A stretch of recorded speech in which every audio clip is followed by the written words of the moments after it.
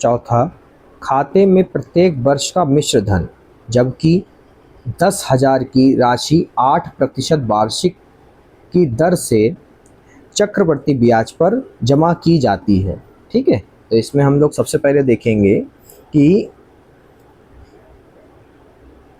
खाते में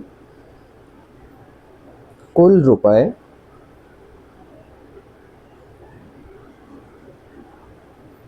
कितने हैं बच्चों? 10,000 रुपये हैं। ठीक है, उसके बाद में हम लोग हर साल कितने रुपए बढ़ रहे हैं? 8% से बढ़ रहे हैं। तो यहाँ पर हम लोग लिखेंगे कि एक साल बाद, तो यहाँ पर हम देखेंगे कि एक साल के लिए क्या होगा? 10,000 गुणे 8%। 8% का हम लोग अगर सॉल्व करेंगे तो 8/100 आएगा। तो 0 से 0 कटा, 0 से 0 कटा, कितना बचा? 100 गुणे 8। तो यहाँ पर हम लोग कितना आ गया? 800 रुपये बढ़ गए। तो यहाँ पर हम लोग लिखेंगे कि अब खाते में रुपए कितने हो जाएंगे? 10,000 प्लस 800। तो यहाँ पे लिखेंगे 10,000 प्लस 800, तो कितना आ जाएगा? 10,800 रुपये। अब कितने, एक साल बाद उसमें कितने रुपए हो गए? 10,800 रुपये होगा। ठीक है, इसी प्रकार से दूसरे साल में हम पता करेंगे। 2 साल बाद, ठीक है, 2 साल बाद हम लोग पता करेंगे। तो यहाँ पर क्या होगा कि 10,000, अब कितने रुपए हैं? अब खाते में है 10,800 रुपये, और कितने प्रतिशत से बढ़ रहे हैं? 8% से। तो 0 से 0 कटा, 0 से 0 कटा, तो क्या बचा? आपको बचा 108 गुणे 8। इसकी गुणा कराएंगे हम अगर, तो ये हमारा आ जाएगा 864 रुपये। तो यहाँ पे लिखेंगे कि अब खाते में पैसे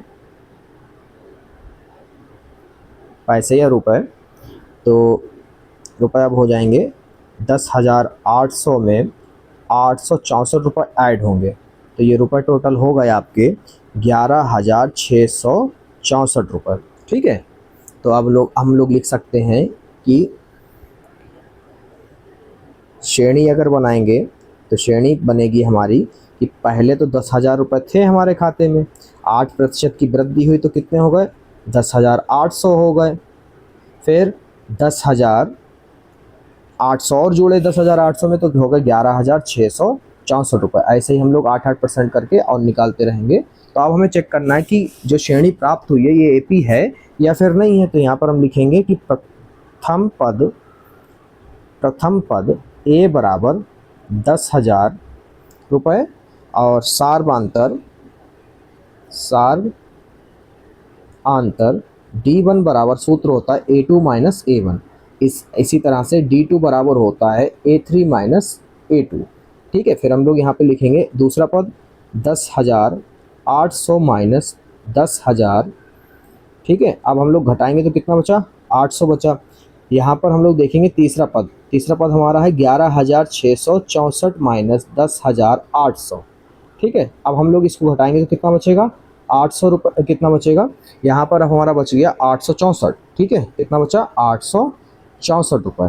तो यहाँ पर साफ साफ हम लोग देख सकते हैं कि D1 जो है वो नॉट इक्वल टू है D2। तो हम लोग यहाँ पर लिखेंगे कि अतः यह स्थिति समांतर श्रेणी में नहीं है, समांतर श्रेणी में नहीं है। ओके बच्चों।